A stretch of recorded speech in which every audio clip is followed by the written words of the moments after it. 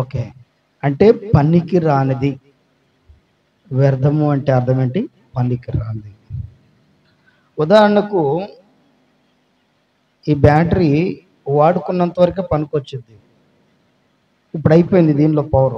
ఇప్పుడు ఇది పనికొచ్చిద్దా? ఇప్పుడు దీనివల్ల మనకేమంటారు? ఇది వ్యర్థం అంటాం. అంటే ఉపయోగపడేదాన్ని వ్యర్థం అనం. వ్యర్థం అంటే ఏంటి? ఉపయోగపడనది, పనికి రానిది. చాలామంది ఇప్పుడు నేను ఇంతకాలం ఉపయోగించుకున్నారు, ఇప్పుడు కాదులే అని అంటాం. అంటే ఉపయోగపడటము, ఉపయోగించుకోవటం వేరు. భయభక్తులు కలిగి ఉండేవాడి విధానాన్ని చెప్తున్నాడు అక్కడ. అదే అధ్యాయంలో కింద ఒక మాట చెప్తాడు. సమస్తం వ్యర్థమనే మాటకు ఒక మాట చదివి ఆ తర్వాత మాటలకు వెళ్దాం. చదవండి ఒకసారి. ప్రసంగి గ్రంథంలో నుంచి మరొక మాట జ్ఞాపకం చేసుకున్నాం. 2వ అధ్యాయము 11వ వచనం. ప్రసంగి గ్రంథము 2వ అధ్యాయము 11వ వచనం. అప్పుడు నేను చేసిన పనులన్నీ వాటి కొరకై నేను పడిన ప్రయాసంతయు నేను నిదానించి వివేచింపగా అవన్నీ ఎలా అనిపిస్తున్నాయి అంట? ఎలా అనిపిస్తున్నాయి? వ్యర్థం కానిదంటే ఏంటో మీతో చెప్పాను. ఇప్పుడు వ్యర్థం అంటే ఏంటి? ఉపయోగపడింది. ఉపయోగపడింది ఏంటిది? వ్యర్థం. వ్యర్థం కానిది ఏంటి? ఉపయోగపడుతూనే ఉంటుంది. అది వ్యర్థం కానిది. అది మేలుకరంగానే ఉండిద్ది. అది వ్యర్థం కానిది. ఉపయోగపడుతూనే ఉండేది వ్యర్థం కాదు. కానీ ఉపయోగపడి పక్కన పడేసేది వ్యర్థమే. కనుక గమనించినది ఏదైనా. కనుక ఇక్కడ చెప్తున్న మాట వ్యర్థముగా అనిపిస్తున్నాయి అంట. పడిన ప్రయాసంతయు నేను నిదానించి వేచింపి అవన్నీ వ్యర్థమైనగాను, ఒకడు గాలికి ప్రయాసపడినట్టు కాను అగుపడను. సూర్యుని కింద ఏంటంటే దేని లేదంట? లాభకరం అంట. అమ్మా, నేను లాభం పొందాను అని అన్న విషయం ఏదైనా ఉంటే చెప్పండి. మీకు ఇప్పుడు వరకు నీ విషయంలో నేను లాభాన్ని పొందాను అన్నవారు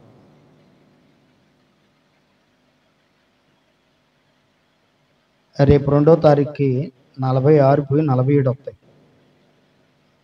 నేను లాభం పొందింది ఏది లేదు.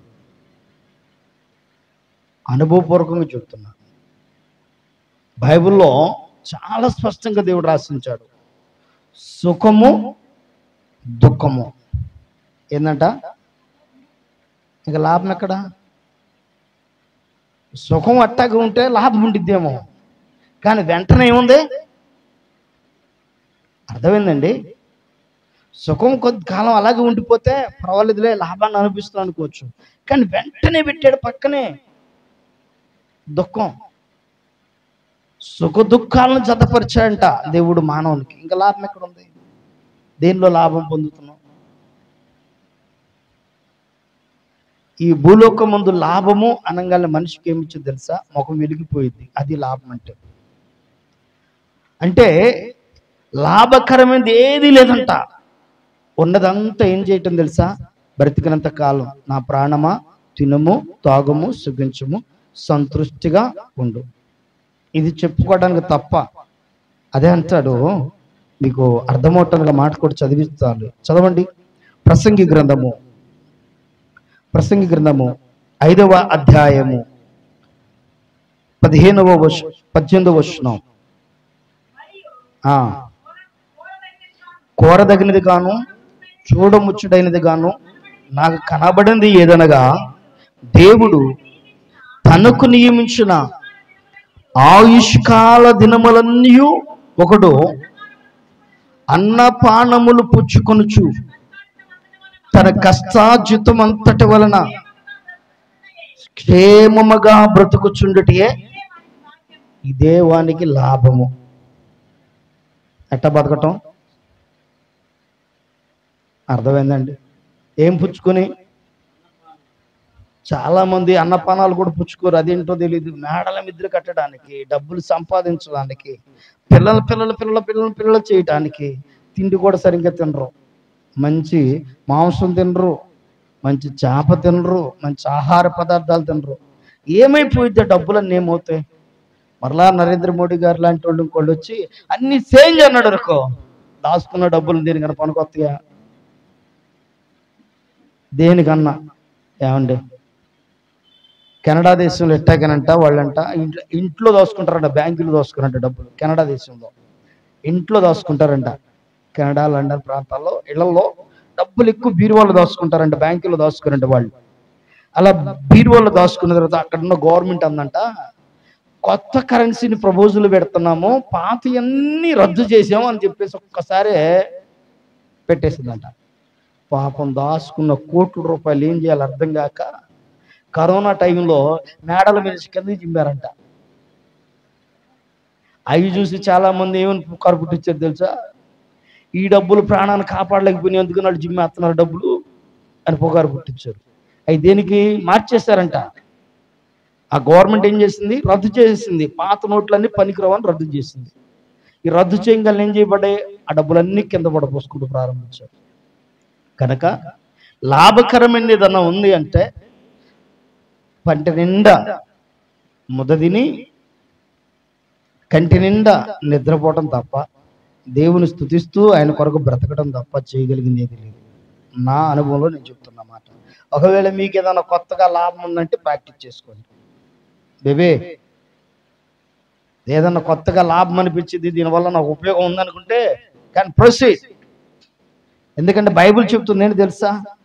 ఒక ముద్ద ఆహారం మంచిగా అన్నపానములు పుచ్చుకుని సంతుష్టిగా ఉంటూ జీవితం గడపడం తప్ప లాభకరమైనది లేదు.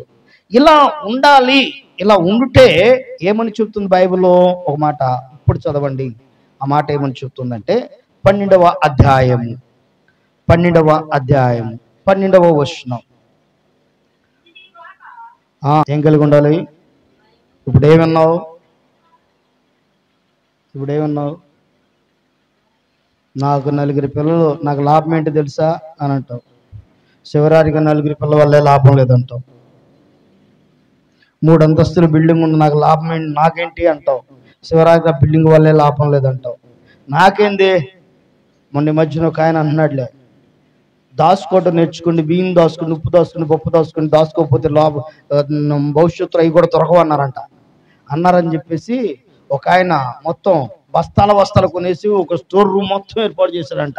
కందిపప్పులు 10 బస్తాలు, బియ్యం ఒక 100 బస్తాలు, ఇట్లా ఇవన్నీ స్టోర్ ఏర్పాటు చేసి వాటికంట ఆయన చెప్పాడంట, 10 సంవత్సరాల వరకు చెడిపోకుండా ఉండడానికి వీటికి నేను ఒక మందు వాడినానంట. మొత్తానికి కెమికల్ పూసేశారంట. ఇప్పుడు 10 సంవత్సరాల వరకు వాడు ఏం చేయకూడదు? ఆహారం నిల్వ దాచుకుంటున్నాడంట. ఈలోపే ప్రాణం పోతే ఏమైద్దుర్రు ఇర్రోడా, ఒరే తెక్కులోడా, ఒరే పిచ్చోడా, ప్రభు అంటున్నాడు కదా ఏమని? ఈ రాత్రి నీ ప్రాణం పోతే నువ్వు దాచుకున్న సంపాదన అన్నాడు. కనుక మానవ కోటికి విధేంటో తెలుసా? ఈ భూలోకం ముందు నువ్వు పడుతున్న ప్రయాసం ఏది లాభం లేదు. లాభము అని సంతోషపడుతుంది తప్ప లాభకరమైనది ఏది ఏందో. ఈ మధ్యన నా గురించి దేశాలు దాటి వెళ్తుంది వార్తలు. ఏం వార్త తెలుసా? అగ్రజ్గిందండి, ఫారెన్ డబ్బు వచ్చి పడుతుందంట. మరి ఆడ నుంచి పడుతుందో అర్థం కావట్లా, మైండ్ పోతుంది. ముంబై వెళ్తే ముంబైలో అక్కడ వాళ్ళు కూడా అదే అంటున్నారు, మీకేందంటే బాగా వస్తున్నాయి అంట. కానీ బెంగళూరు తెలిసిన వాళ్ళు కూడా వాళ్ళకి ఇదే మాట తెలిసిందంట, మీకేందంటే బాగా వచ్చి పడుతున్నాయి అంట. కానీ పడుతున్నాయి అయ్యా, రా కూర్చో పక్కన చెప్పి కూర్చోబెట్టి పిన్ నెంబర్లతో సహా చెప్పి ఓపెన్ చేసి చూపిస్తే, ఇదేంటి పాస్టర్ గారు, ఇది కాదులే, అందరికి సీక్రెట్ అకౌంట్లు ఉంటాయిలే, మీకు కూడా ఉండేదన్న. నా మొహానికి సంబంధించిన అకౌంట్లు తప్ప సీక్రెట్లు లేవయ్యా నాకు. అర్థమైందా? సీక్రెట్ అకౌంట్లు ఉంటాయిలేండి అని అన్నారు. పాపం మా పాస్టర్ గారు అంది, అట్టన్న వచ్చి పెడితే ఎంత బాగుండండి. ఏ మూలకెళ్ళి ఇదే బాధ కదండి మనకి. ఇచ్చేవాళ్ళు కూడా ఇవన్నీ కూడా చేసేస్తున్నారు వీళ్ళు. ఇప్పుడు రూపాయి ఇవ్వాలనుకుంటే వాళ్ళకి ఏమనిపించింది? వాళ్ళకేందండి, కారు ఉంది, మంచి బైక్ ఉంది, అట్టాసం, ఒంటి మీద ఇస్త్రీ బట్ట దొరకదు, వాళ్ళు పాస్టర్ గారికి మంచి బట్టలు ఉంటాయి. వాళ్ళకేందంటే మరి ఇంకొక క్వశ్చన్ ఒకటి బాగా ఎంటాడుతున్న ఇంకోటి చెప్పమంటారా? వాళ్ళకేందంటే పిల్ల జల్ల ఏమన్నా ఖర్చు పెట్టడానికి. అంటే పిల్ల జల్ల ఉంటే ఖర్చు ఎక్కువైద్దా? నా తెలుగు అడుగుతాను, చెప్పండి. ఏమైద్ది? ఏమయ్యింది ఖర్చు పిల్లా జల్లంటే చెప్పండి. మీకు ఒక చిన్న విషయం చెప్పమంటారా? పిల్లా జల్లా లేనోడిగా ఖర్చు ఎక్కువ. పిల్లా జల్లా ఉన్నోడు ఏం చేస్తాడు తెలుసా? ఏ మా అమ్మాయి ఉంది వెనకాల, ఈడు అంటానికి లేదు. అబ్బాయి ఉందో అమ్మాయి ఉందో అంటానికి లేదు వెనకాల. ఉందా జీవన్ గారు? ఇవ్వలేదు అనుకో, చూసావా ఖర్చు ఎవరికి ఎక్కువ? ఏందో ముగ్గురు పిల్లల్ని సాగేసరికి నేను కూడా సాగుతున్నాగా, మా అమ్మ మా బాబుని సాగుతున్నానా. ఇంకా అవసరమైతే నెలకు కొంతమందికి ఏదో ఒక రూపాయన సహాయం చేస్తా ఉన్నాం. ఈ మధ్యన ప్రార్థన చేస్తున్నాం. 12 సంవత్సరాల లోపు, 12 సంవత్సరాల లోపు ఉన్న పిల్లలు ఎవరన్నా అమ్మాయి అబ్బాయి ఉంటే తీసుకుందాం, ఇంట్లో దత్తతగా తీసుకుని పెంచుదామని చెప్పి ప్రార్థన చేస్తున్నాం. ప్రభా, ఎవరైనా సరే మంచిగా బ్రతకాలి, మంచి లైఫ్ కావాలనుకున్న వారు ఉంటే ప్రభా వారిని పంపించయ్యా, వారికి మంచి జీవితాన్ని ఇస్తాను ప్రభా, నీ సన్నిధిలో వారిని పెంచని ప్రార్థన చేస్తాను. అర్థమైందా? కనుక చాలా మంది కనిపించదు దేవుని యందు భయభక్తులుండవు. మొన్నటి కాలం ముందు జరిగిన సంఘటన చెప్పి ప్రార్థన చేస్తా. ముంబై మీటింగ్కి, బెంగళూరు మీటింగ్స్కి వెళ్ళాం. దేవుని కృపను బట్టి దేవుడు వాడుకున్నాడు బలంగా.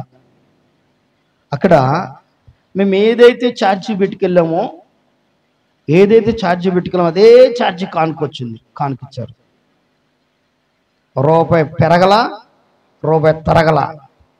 ఎంత ఛార్జీలు అయితేనియో మరి ఆడకట్ట తెలుసు, నాకు అర్థం కాలేదు. మాకు ఇదే ఛార్జీ అయిద్దన్న సంగతి వాళ్ళకట్ట తెలుసు తెలియదు, కానీ అదే ఛార్జీ కానుక పెట్టారండి. స్తోత్రం అనుకున్నా. బండి కిస్తీ కట్టడానికి ఫోన్ చేస్తుండే ఆయన, ప్రభా ఈయన ఫోన్ ఎత్తితే ఏంటి పాస్టర్ గారు ఇంకా కట్టలేదు అంటాడేమోనని, ప్రభా నీ స్తోత్రం, ఏదో ఒక మెరక్కలు చెప్పు ప్రభా, ఏదో ఒక మెరక్కలు చెప్పు ప్రభా అని ప్రార్థన చేస్తున్నాం. ఆదివారం నాడు ఆరాధన అయిపోయింది. అక్కడ చూసుకున్నాం, బస్సు ఎక్కాం. నైట్కి 24 గంటలు ముంబై నుంచి బెంగళూరు ప్రయాణం బస్సులోనే. 24 గంటల బస్సులో ప్రయాణానికి బయలుదేరాము. పగలపూట ప్రార్థన చేస్తా ఉన్నా, ఆయన ఫోన్లు చేస్తా ఉన్నాడు, ఫోన్ ఎత్తట్లా, స్తోత్రం అనుకుంటా ఉన్నా. ఈ లోపున ఉదయాన అక్కడ ముంబైలో ఒక తల్లిగారు ప్రార్థన చేయించుకోవడానికి అడిగారు. ప్రార్థన చేయండి పాస్టర్ గారు అని పాస్టర్ గారితో చెప్పారండి. దేవుడు చేసిన కార్యం, ఆమెకు ప్రార్థన చేస్తే పాస్టర్ గారు ఏదో చిన్న కానుక పంపిస్తాను పాస్టర్ గారు, ఏమనుకోవద్దండి, నాకున్న దాంట్లో చిన్న కానుక పంపితే ఏదో ఒకటి స్తోత్రం అనుకున్నాక, నా బండి కిస్తీకి, కారు కిస్తీకి ఎంత అయితే అవసరమో అంత కానుక పంపించిన తల్లి. వెంటనే సెండ్ చేసి పడేసాం. మరలా ఎక్కడుంటే మనకి ఎలా అభిమానం ఎలాంటిది అంటే, ఇంకోటి ఫోన్ చేసి అన్నా ఇబ్బందిగా ఉందన్నా అంటే చాలు, మన ఇబ్బంది పక్కెళ్ళింది, ఆడి ఇబ్బంది. అందుకని అధిక నీతిమంతుడై ఉండొద్దు అంది దేవుడు. మరి నాకు ఇప్పుడు పోయిద్ది, అది అర్థం కావట్లేదు. కానీ గమనించండి, అట్లా ఆ ఇబ్బందిగా ఉందని కలిగి వాళ్ళకి సండి వెళ్ళిపోయింది. అందుకని భయం వేసింది, మరలా ఈడుకు సండి చేయాల్సి వచ్చింది, ముందు కట్టేద్దారా బాబు అని చెప్పి సెంటర్ నాకు కారు కిస్తీ కట్టి. దేవుడు చేసిన కార్యం, బెంగళూరులో దిగిన తర్వాత 2 రోజుల కాను 2000 ఖర్చు అయింది. ఈ 2 రోజులు ఖర్చు 2000 ఖర్చు. దేవుడు కృప ఏంటి తెలుసా? వెళ్ళిన చోట 2000 రూపాయలు కానుక పెట్టించాడు దేవుడు. మాకు బుక్ చేసి అని అంటాడు, బస్కి వెళ్ళండి పాస్టర్ గారు తక్కువ అవుతాయి అన్నాడు మా ప్రీతమ్ముడు. అయ్యా బస్కి వద్దయ్యా, మరలా వెళ్ళిన తర్వాత మీటింగులు ఉన్నాయి, ఇబ్బంది పడతాం, ఇదే మాకు ఏదైనా ట్యాక్సీ అయినా ఆటో అయినా ఏదైనా మాట్లాడిపోపు పెట్టేసాను. ఓపర్ బస్సు లేకపోతే ఓపర్ ట్యాక్సీలు మాట్లాడారు. దేవుడు మహాకృపను బట్టి అయ్యే ఛార్జీలు దేవుడు మాకు అక్కడ ఇప్పించాడు. విశ్వాసం చాలా గొప్పది, భయభక్తులు కలిగి ఉండి చాలు, ఒకరోజు దేవుడు ఇచ్చిస్తాడు. ఈ రోజును కష్టపడుతున్నావా, దేవుడు ఒక రోజు ఇచ్చిస్తాడు. భయభక్తులు మాత్రం విడిచిపెట్ట మాకు. ఎందుకంటే యెహోవా యందు భయభక్తులు కలిగి ఉండుట మానవ కోటికి విధి. కనుక ఈ భూలోకం మందు మనం పడే ప్రయాస అంతా ఏంటి చెప్పండి? ఏమి లేదు. దేవుడు ఆయుష్ ఇచ్చాడా, బతుకుతున్నాం అంతే చాలు, స్తోత్రం. ఈ రోజుకి తిట్లా, స్తోత్రం. ఈ రోజుకి ఆశీర్వాదమా, స్తోత్రం. ఈ రోజుకి నిందలా, స్తోత్రం. ఈ రోజు ఘనత, స్తోత్రం అనుకోవడమే. ప్రభువును స్తుతించుకుంటూ వెళ్ళిపోవడమే తప్ప చేయగలిగేది ఏది లేదు. భయభక్తులు అంటే 3 విషయాలు. ఒకటి, భయభక్తులు కలిగి ఉండేవారు 3 విషయాలు బాగా కలిగి ఉండాలి. ఒకటి నీ దేహం విషయంలో, 2 నీ మనసు విషయంలో, 3 నీ భక్తి విషయంలో. భయభక్తులు దేనికి ఉండాలి? దేహానికి, నువ్వు చెప్పమాకమ్మా. మూడోది ఇంటికే, ఓకే. మూడోది భక్తికి. కనుక గమనించండి, 3 విషయాలు కలిగి ఉండాలి. ఒకటి ఏంటి? దేహం విషయంలో, మనసు విషయంలో, భక్తి విషయంలో భయభక్తులు కలిగి ఉండాలి. తలల ఉంచుదాం, ప్రార్థన చేద్దాం. దేవాతి దేవుడు నిన్ను నన్ను చూస్తున్నాడు, నిన్ను నన్ను గమనిస్తున్నాడు, నిన్ను నన్ను పరిశీలిస్తున్నాడు. ఈ లోకమందు మేము ఏమి కలిగి ఉన్నాం అన్నది కాదు, కానీ దేవుని కోసం నేనేమై ఉన్నాను అన్నది దేవుడికి కావాలి. ఏమి సంపాదిస్తున్నాం అనేది కాదు, కానీ ప్రభు కోసం ఎలా బ్రతుకుతున్నాం అనేది కావాలి. ఏమి లాభము అన్నది ఈ లోకమందు మానవునికి ఏదీ లేదని బైబిల్ సెలవిస్తుంది. లాభకరమైనది ఏదీ లేదంట. లాభకరమైనది ఏదీ లేనప్పుడు మానవుడు దేనికోసం ప్రయాసపడుతున్నాడు? ఒకటి గాలికే ప్రయాసపడుతున్నట్టు అని రాయబడి ఉంది. నీ ప్రయాస గాలిక వ్యర్థముగా అయిపోతున్నాయా? గాలికి ప్రయాసపడుతున్నాడంట. ఒక మనిషి తను శారీరక బలహీనతలోకి వెళ్ళినప్పుడు తనకు గాలి కోసము కొన్ని లక్షల రూపాయలు ఖర్చు పెడతాడు. ఆయనకి ఆక్సిజన్ పెట్టుకుని బ్రతకటం కోసం.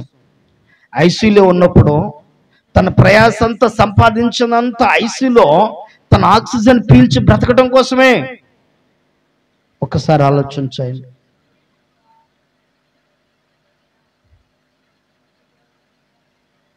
ప్రభు సన్నిధిలో ప్రార్థన చేద్దాం.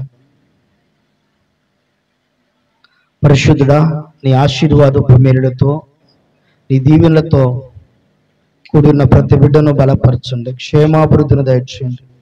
విన్న వాక్యాన్ని బిడ్డ హృదయాల్లో నీరు కట్టిన తోట వల్లే నీ యందు భయభక్తులు కలిగిన జీవితాన్ని ప్రసాదించి మేలులతో నింపి నడిపించి మహిమ పొందమని యేసు నామములో అడుగుచున్నాం తండ్రి. ఆమేన్, ఆమేన్. కానుకలు పట్టుకున్నాం.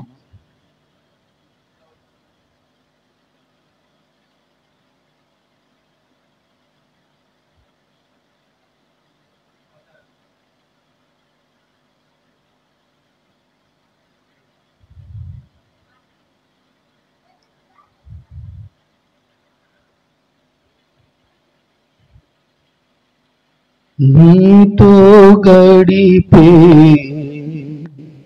ప్రతి క్షణము ఆనంద బాష్పాలు ఆగవయా. నీతో గడిపే ప్రతి క్షణము ఆనంద బాష్పాలు ఆగవయా. కృపతలంచగా మేలు యోచించగా, కృపతలంచగా మేలు యోచించగా, మంగళమాగతు స్తుతించగా, నిన్ను కీర్తించగా. యేసయ్యా, యేసయ్యా, నా యేసయ్యా, యేసయ్యా, యేసయ్యా, నా యేసయ్యా, యేసయ్యా, యేసయ్యా, నా యేసయ్యా, యేసయ్యా, యేసయ్యా, నా యేసయ్యా. నీతో గడిపే ప్రతి క్షణము ఆనంద బాష్పాలు ఆగవయా. కుటుంబ ప్రార్థనలు ఏమైనా ఎడల దయచేసి తెలియచేయండి అమ్మా.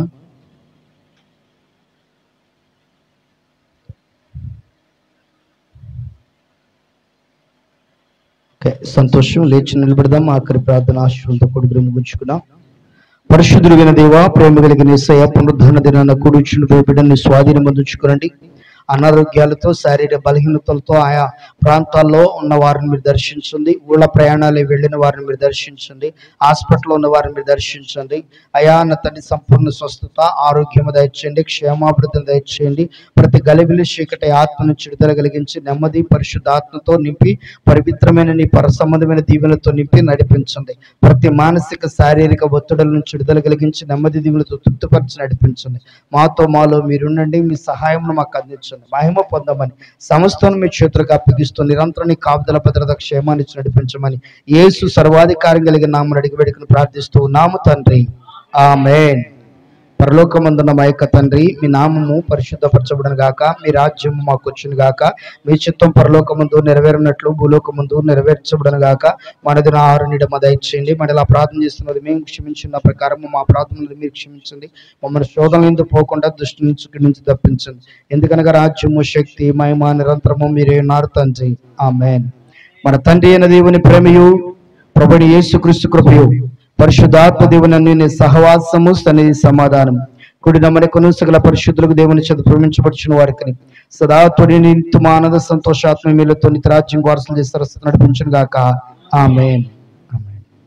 ఓ ప్రాణమా నా ప్రాణమా, ఓ ప్రాణమా నా ప్రాణమా, దేవుని స్తుతించుమా, ప్రియ యేసుని స్మరించుమా, దేవుని స్తుతించుమా, ప్రియ యేసుని స్మరించుమా.